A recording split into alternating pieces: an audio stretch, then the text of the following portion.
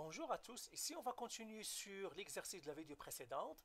Ici ils nous disent un objet subit de force comme dans le schéma ci-après. La force F1 est de 120 newtons, la résultante des forces est verticale. Et puis nous avons déjà fait la question A qui disait trouver le θ, et on a trouvé le θ c'était 27,4 degrés. Maintenant la question B, c'est ce qu'on va faire. Ils nous disent de trouver la grandeur de la force résultante. Donc ils me demandent de trouver la FR.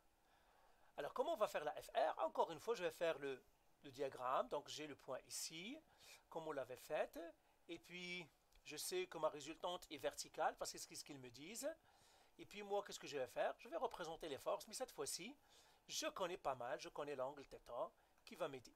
Déjà, j'ai une force, j'ai ici une force de 40 newtons, ici j'ai l'autre force de 120, donc ça c'est pas dans 80 newtons, ça c'est 80 newtons, j'ai ici 40 degrés,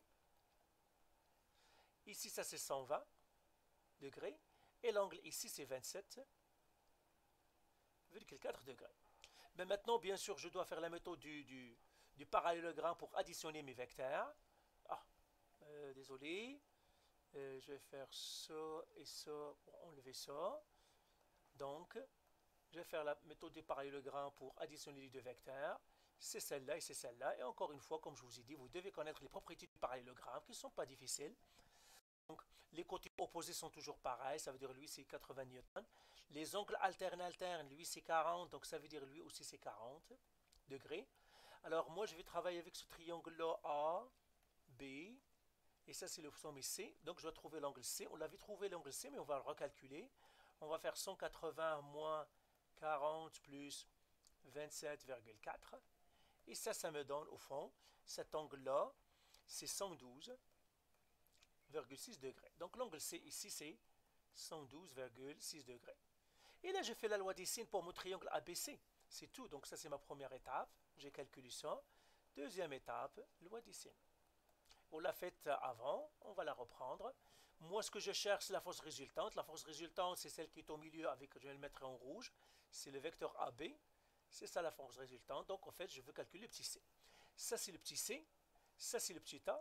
Et ça, c'est le petit b avec la loi des sines, tout simplement.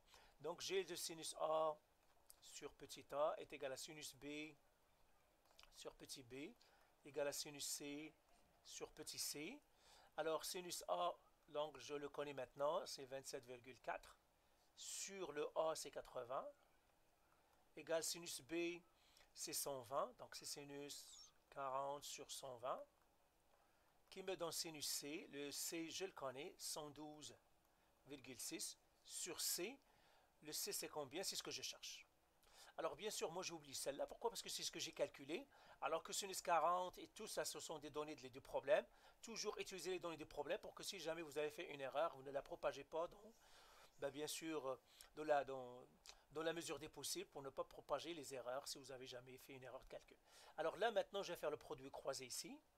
Ça me donnerait mon C égal à 120 fois sinus 112,6 qui doit diviser sinus 40.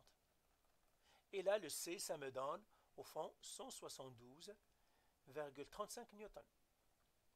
Et bien voilà ma force nette. Donc là, tout simplement, je vais faire réponse. Troisième étape, réponse.